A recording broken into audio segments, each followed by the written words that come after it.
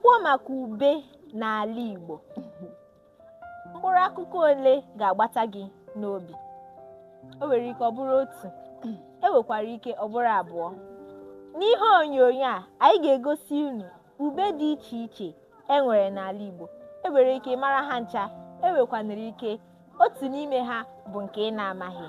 Sonyere anyị n'ihe onyonyo a ka ị mata ube dịgasị iche iche enwere n'ala Igbo nakwazi uru ha bara anyị dịka ndị Igbo.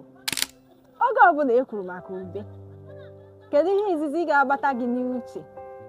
Ihe izizi kwesịrị ịgbata gị n'obi dịka nwaafọ ala Igbo bụ ukwu ube, ya bụ ukwu osisi ahụ na-amịpụta mkpụrụ ube ahụ anyị na-ekwu maka ya. Kedụkwa n'ebe a na-ahụkarị ya bụ ukwu osisi? Oge ụfọdụ ọ na-adịkarị na gburugburu ụlọ anyị. Ya bụ ukwu osisi na-enye anyị ndo.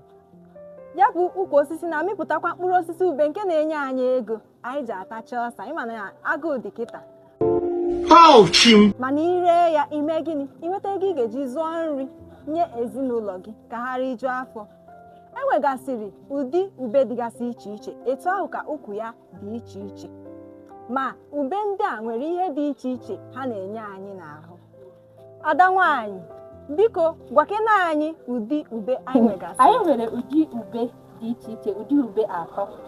Nke mbụ bụ ube ọka nke a na-akpọ African pear. Ọzọ dịka ibe ya bụ ube bekee maọbụ ube oyibo nke a na-akpọ avocado. Ọtụtụ n'ime anyị mara ya bụ ube nke ọma, ya nakwa ube ọka, onye ọbụla makwara ya.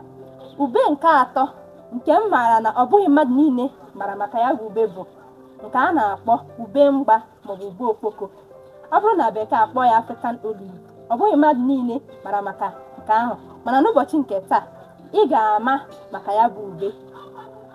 Ngwa, ada anyị nwaanyị, ị nwere ike ịgwa anyị ihe ejigasị ube ndị a emegasị? Ọ dị mma.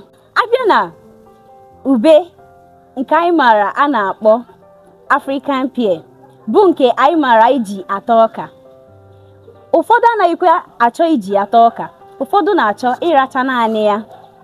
Enwekwere nke anyị maara a na-akpọ ube oyibo. Ihe a na-akpọ ya n'olu bekee bụ avocado. Ụfọdụ na-eji ya ata achịcha bekee bụ nke a na-akpọ bread n'olu bekee. Ụmụ agbọghọ na-etekwazi ya n'isi iji mee ka isi ha tolite ma na-amụkekwa amụke. Ejikwazi ya eri nri anyị maara dịka osikapa. Abịakwazi na African olive bụ nke a na-akpọ ube mgba maọbụ ube okpoko. A na-aracha naanị ya, enweghị ihe eji ya eri. Ka nwaada gụpụtara anyị ihe ube ndị a na-arụ n'ahụ na uru ọ bara anyị. Unu ama na ube ya bụ ube eji ata ọka na-enyere aka ibelata obi nkolopụ. Are you serious? Emekwazi na ube bekee ma ọbụkwazi nke a kpọrọ ube oyibo na-enyere aka ime ka nri gbada nke ọma. Wow. Ọ bụzi ube mgba ma ọbụkwazi nke a kpọrọ ube okpoko na-enye aka ime ka mmadụ ghara ịka nka ọsịsọ. Ya bụ, ọ bụrụ na ị chọghị ịka nka n'ike, gboro ọsọ na ije jee gote ube mgba ka ị na-aracha ya oge niile ka ị ghara ịka nka n'ike. Ihe ndị a nagasị ihe ndị ọzọ dị iche iche ka ube ndị a na-enye n'ahụ. Ihe dịka vitamin A, vitamin B, vitamin C nakwazi vitamin K. Ọ bụghị naanị ihe ndị a, potassium nọkwazi ya, dietary fiber nọkwazi ya, ọ bụzi fat, ya bụ abụba o juru eju na ya. Ihe ndị a niile bụ naanị maka ahụ. Ụmụ nwanyị jikwazi ya eme ngwa isi, ya bụ ude na-enyere aka ime ka ntutu ha too. Ube ndị a na-enyekwazi ego n'ihi na ire ya ireta ego. Gịnị ji gị ịkụnye otu mkpụrụ ube n'ala be nna gị tata? Ọ bụghị naanị n'ala be nna gị, ebe ahụ ibi, ka anyị wee na-akwalite akụkụ ndị Igbo, maka na mkpụrụ akụkụ Igbo dị mma.